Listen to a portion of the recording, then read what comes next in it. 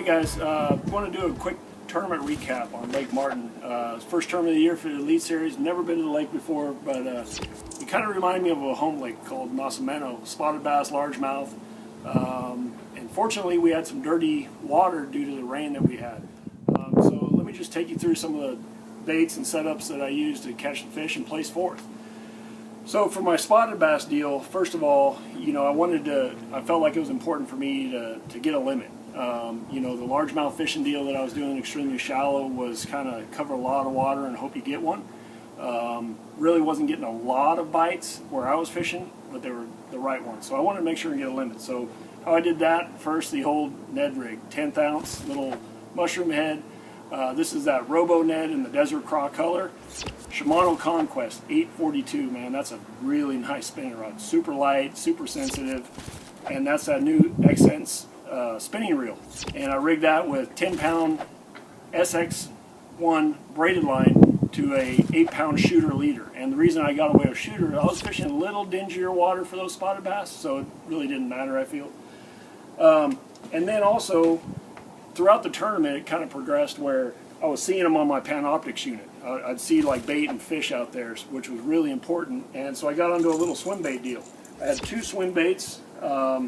This one here is a 3/16 ounce little ball head with a 3.3 Keitech 892 GLX rod with a Metanium HG. And I'd just bomb that out there depending on the depth. If they were a little shallower, I threw the 3/16. If not, I went to the quarter on a 893 NRX rod with the same Metanium HG. Like I said, quarter-ounce jig head. And then I upsized my bait a little bit. That's the Jackall 3.8 rhythm wave Prism Shad color. And just kind of bombed it out there. And like I said, that Panoptix on the Garmin unit was really key because I'd pan out there and I'd see them. They'd move around, kind of like stripers or white bass. And I was always, in where they were feeding. So that was really cool. That is, both those setups, I had 10-pound sniper SUNLINE and never had an issue, the line never fails me. And then after that, looking at the lake visually, I really wanted to flip a jig, throw a spinner bait. I just couldn't get that going. I've spent a lot of time flipping a black and blue jig, throwing a spinner bait. However, the last day I caught a couple little tiny keepers on a spinner bait shallow.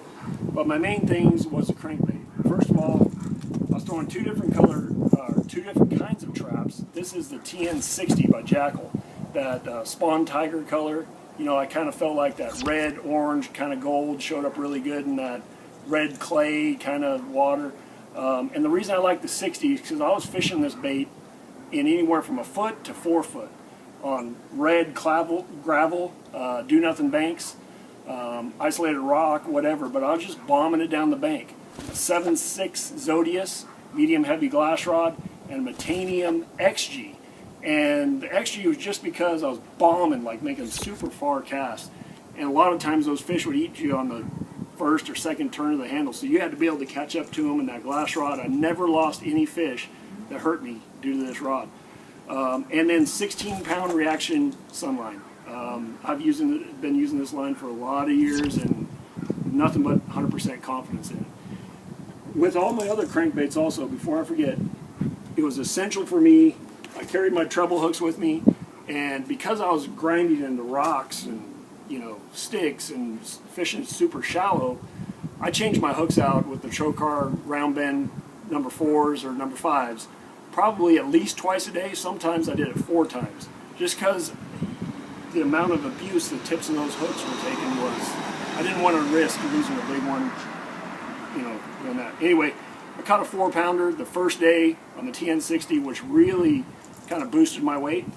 And then the other crankbaits, this here, everybody knows that it's the original Wiggle Wart. It's a custom painted color that I got from a guy in Arkansas. And I don't know what exactly it looked like. Kind of like a molten craw, but I've caught a lot of bass on that. I caught a 4.3 spotted bass on this day 2. So obviously that helped my bag. This here is 12-pound reaction SUNLINE. Just a regular Metanium MGL.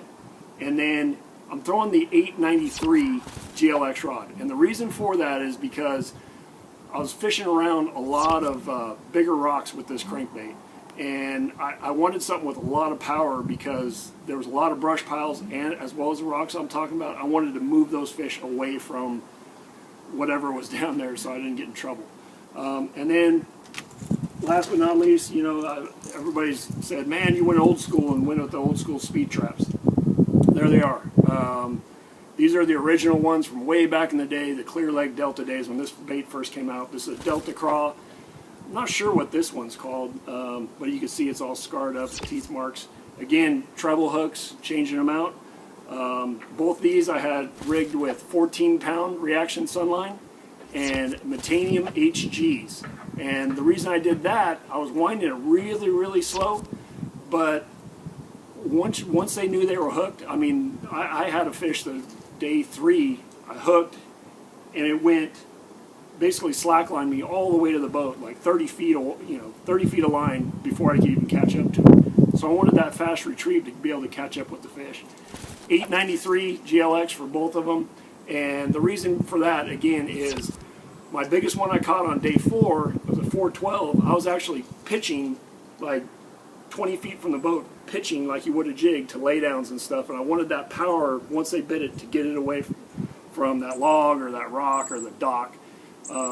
So extremely sensitive. You know, the fish, some of the bites you could barely tell. It was like a leaf was on your bait, but it was actually a fish. So I wanted the sensitivity and the power.